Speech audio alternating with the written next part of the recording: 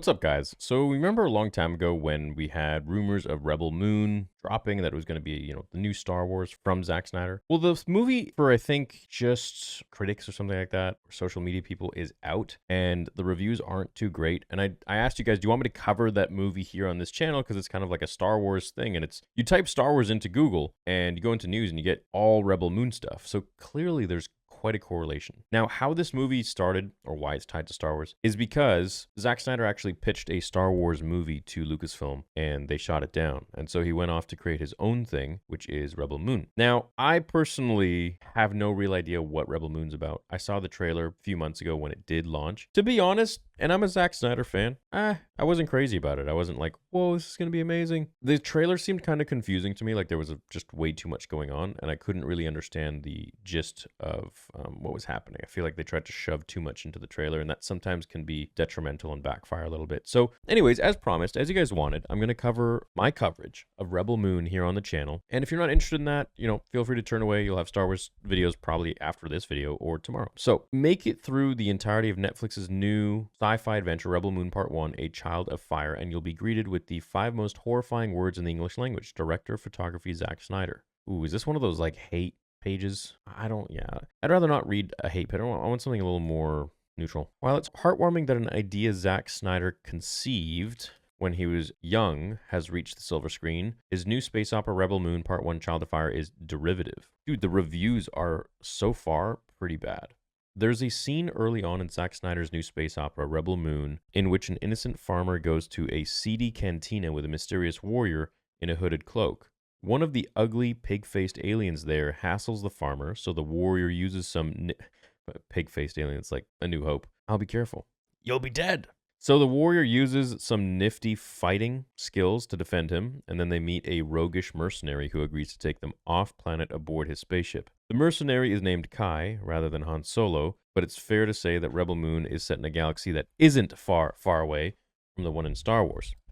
In fact, Snyder has said that he started dreaming up the film when he was an 11-year-old boy who had just seen Star Wars at the cinema, but it's clear that he hasn't developed it much. Oh my God, dude, they're so freaking mean. Because in the intervening, this poor guy has literally had this dream for 46 years, right? Or however old he is now. And they're just ripping, all he's come up with is a single question: what if Star Wars was crossed with Kurosawa's Seven Samurai? I mean, that's essentially what gave George a lot of inspiration for Star Wars, so there's nothing to Rebel Moon beyond that. 10 years ago, Snyder pitched the concept to Lucasfilm as an official Star Wars project, and when the company turned him down, he rejigged it so that it would have its own separate mythology. But, well, it's not all that separate. Blending futuristic science fiction with medieval fantasy, the film is full of robots, bounty hunters, grimy spaceports, and massed ranks of uniformed troops that all look suspiciously familiar. Not that Zack Snyder hasn't made a few changes. Rebel Moon is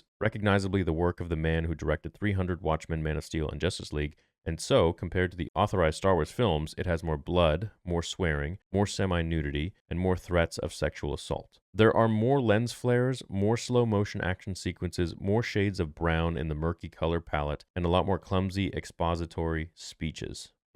There's also a lot less fun. The idea seems, it's like all these articles are just ripping it apart for whatever reason. I almost feel like maybe Disney paid all of these guys. That would be an interesting theory, just a theory. Disney paid all these guys to just rip the movie apart. Now, personally, I can't wait to watch it. I'm going to throw it on. I'm going to have a nice night, throw it on downstairs in the theater room, and just give my initial review, my review right after. I'm excited to see what I think. It's certainly not more complex in its world building or sophisticated in its themes. The goodies are straightforward goodies, and the baddies are straightforward baddies.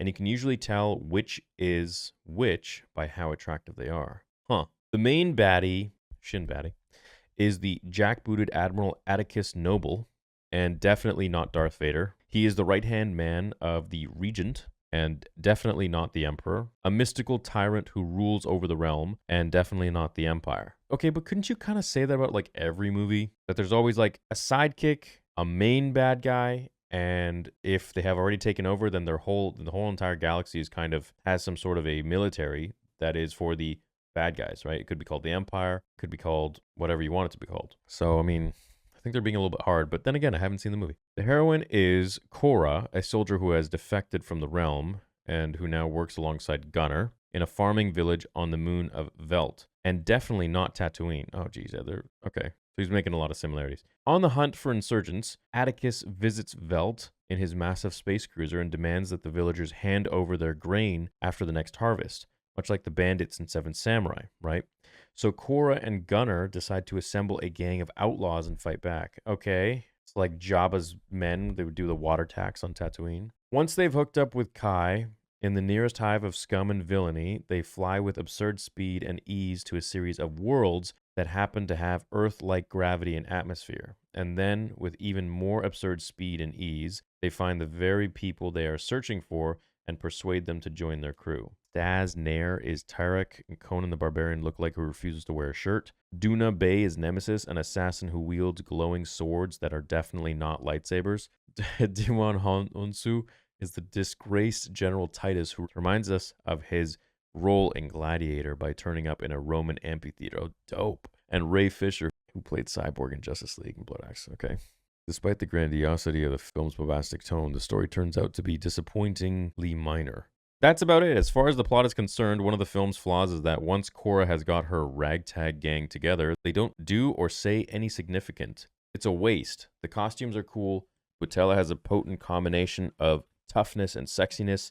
Skrine is enjoyably slimy, and all of the actors do what they can with what they're given to work with, but nobody has the chance to demonstrate their abilities or personality. Nothing exciting happens. There are no challenges to meet, no obstacles to overcome, no Death Stars to destroy. Despite the grandiosity of the film, bombastic tone, the story turns out to be disappointingly minor, presumably because Snyder's main aim was to introduce the cast and to set the scene for Rebel Moon. Part 2, The Scargiver, which is due next year. Part 1 itself ends up feeling a bit pointless. Well, I'll be the judge of that when I watch it, but I almost feel like a lot of these movies and shows that have these 1 parts and 2 parts, they do spend way too much time on exposition just to set up the characters so that we're familiar with them for the next time around. But you know what? If you don't make it exciting, there ain't going to be a next time around because no one's going to care. Anyways, still, there is something strangely endearing about Rebel Moon. It is honest to goodness, unashamedly stupid and derivative pulp tosh. And it is so blatantly a work of gushing fan fiction that it makes you want to go back in time to 1977 and shake the young Zack Snyder by the hand.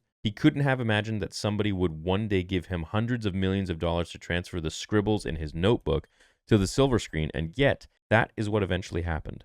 It's heartwarming. The film may not be up to much, but the story behind it proves that even the most far-fetched childhood dreams really can come true.